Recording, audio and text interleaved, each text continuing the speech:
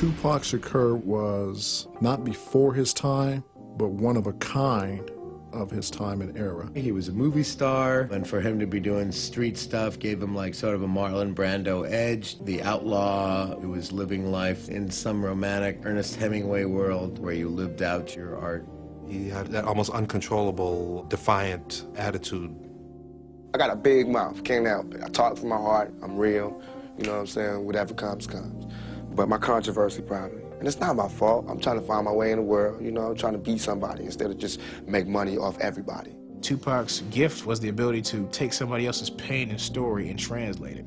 We, as rappers, bought that violence. We bought the violence that we seen on the street, we put in our records for years. And after 3-4 years, people finally starting to see it because of all the statistics that's going on in the streets. If we stop talking about it, then they wouldn't take statistics. And when they stop taking statistics, then we'd be killing each other in the street and these white people wouldn't care no more. He would definitely give you something to think about.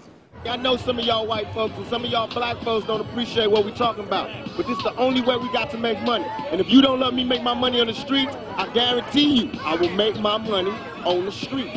A lot of people say the same things or have said the same things as Pac, but Tupac made it believable. Because at first I always thought he was just a crazy, arrogant little idiot, but I didn't really know how deep he was. We have to be honest about the tools that we use to survive. And why is a black life any more recoupable than a white life?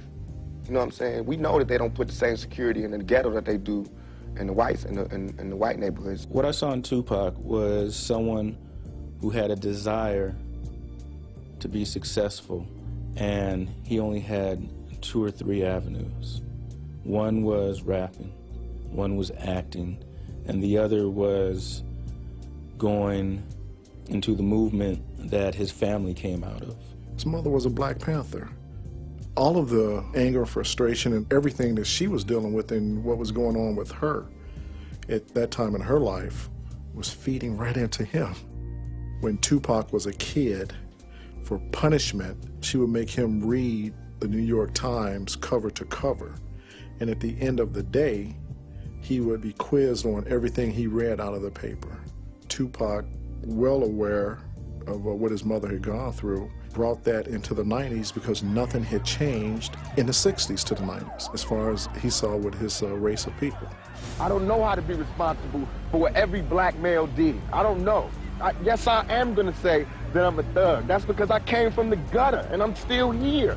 I'm not saying I'm a thug because I want to rob you and rape people and things. I'm a businessman. I mean, you know I'm a businessman because you find me at my places of business. Tupac was a star in Interscope, and Interscope had their hands full with him. He was in jail and in trouble. He just got beat up by the police.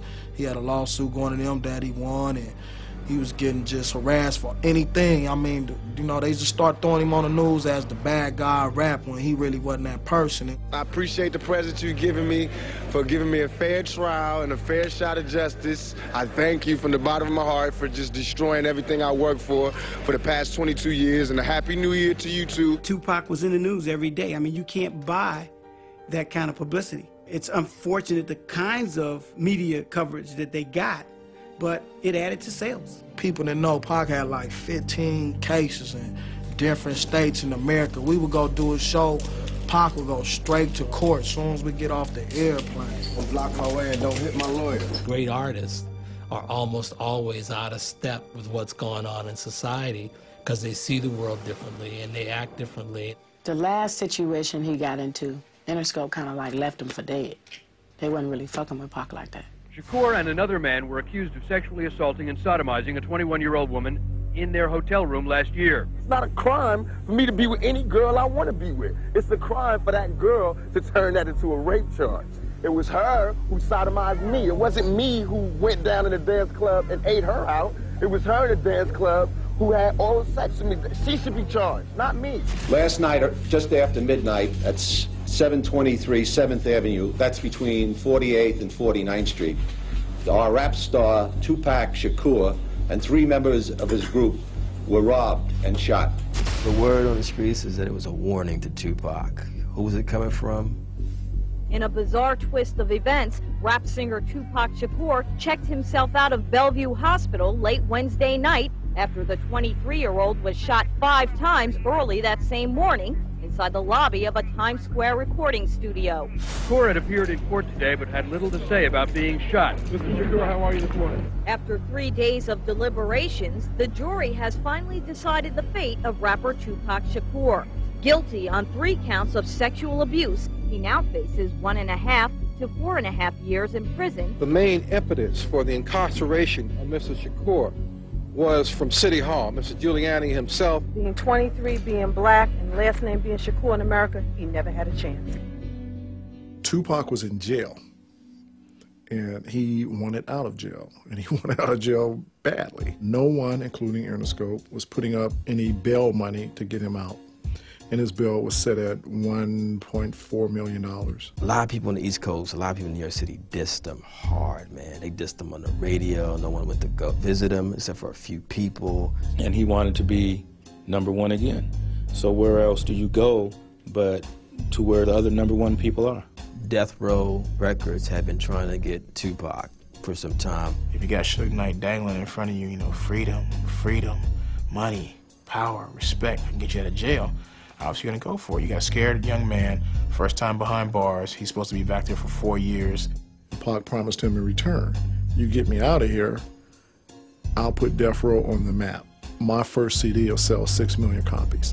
And I don't think it's a coincidence that Suge wanted him on Death Row Records so badly, because even though Snoop was a huge star, he didn't have what Tupac had, that kind of icon presence like a James Dean or Elvis. Now, I heard that he had Pac sign a contract on toilet paper.